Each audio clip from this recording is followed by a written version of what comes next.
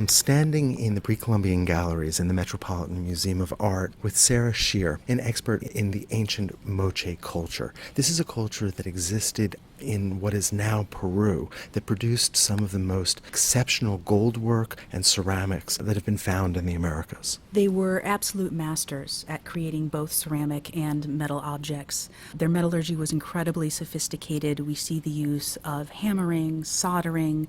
What we're looking at here are ear flares that use turquoise, sodalite, spondylus shell, gold, and mother of pearl to create this incredibly beautiful object. And in fact, we're surrounded by cases with exceptional gold work and other examples of ear spools. Now, if this was 25 years ago, I would probably have to explain what an ear spool was, but I think most people now know that these are basically studs for a piercing in the ear that is much larger than a typical piercing. And the idea was that the bigger the ear spool, the more important of a person you were, and vice versa. And so these particular ones have a diameter that's about 1.5 centimeters, which is pretty hefty. But to make it much more extreme, the display side is much larger and must be quite heavy, because not only do we have a significant amount of gold, but we also have inlaid stone.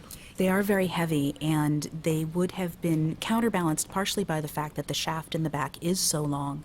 It is also possible that most of these were somehow fastened to headdresses or otherwise attached to clothing to help take some of the weight off of the ear itself, which would have been exceptionally stretched out by these objects. So it's safe to say this was not for everyday wear. This was probably for ceremonial use, but we do find wear marks on these kinds of objects, so we do have an indication that these were not only used for burial. These do seem to have been worn in life. The question is whether they were worn by one generation or possibly multiple generations. It is quite possible that if you are a very high-ranking person with lots of responsibilities, you may end up wearing these quite a bit more than you might think. The image in the center is extraordinary. We see these two bird men, and they seem to be running so fast they seem to have almost picked themselves off the ground. This is something that we see very frequently in Moche iconography, this image of the running figure, whether human or supernatural, and it's done by having those two bent legs at the knee and the arms in runner position sort of pumping back and forth. And then we of course have with these figures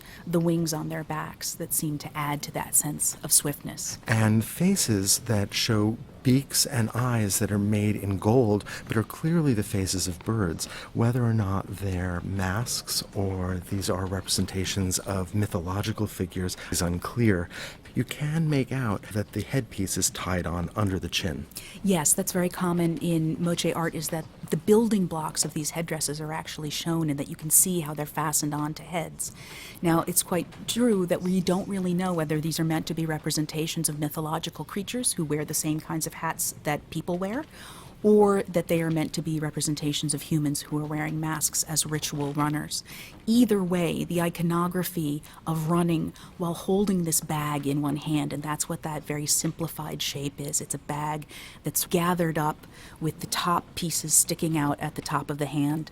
This is something that we see a lot in Moche iconography. And one of the ideas that may explain those bags, here represented in mother of pearl, is that they may be representing leather bags that could hold something precious like beans, almost like the sort of typical American egg and spoon race. The idea might be to travel over long distances without dropping any of those beans. That is one theory, that it was possible that it was a test essentially of masculinity and of physical ability to be able to run a long foot race over difficult terrain like that found on the coast of Peru, and that one would be able to do this while still guarding something precious and delicate. But these are also warrior figures, and it might not be immediately apparent, but the legs are representations not of socks and tight-fitting leggings, but rather body paint.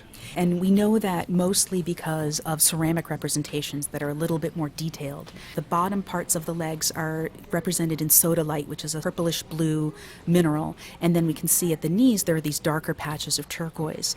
What we tend to see in the ceramic pieces is that those areas of sodalite and then the patches at the knee are all rendered in one color of slip, and they are very much represented with warrior figures, that is, figures that are dressed not just with the kilt and the back back flap that we can see being worn by this figure here, but that also have helmets that are carrying shields and maces and are sometimes fully engaged in combat with each other. So we shouldn't be thinking about the idea of a race as pure sport. This has a clear military aspect to it. There's something symbolic about it. Now, we can't give you a blueprint and say this is exactly how this fits into their entire system of belief, but what we have are a series of visual associations that we have found by very closely looking at the artwork, and that these elements, the leg paint, the kilt, the back flap, those are things that are associated with warriors, and that there are other things that are not immediately apparent as being war-related that seem to have something to do with what makes a good warrior, including images of men hunting deer. This is so important to keep in mind because our understanding of Moche culture is really evolving. This is not a culture where we have a written record. This is not a culture that we fully understand. And so it is objects like this that are allowing us to gently begin to construct an understanding of what this culture was about. It's a blending of an understanding of these pieces, but also everything that's being done archaeologically.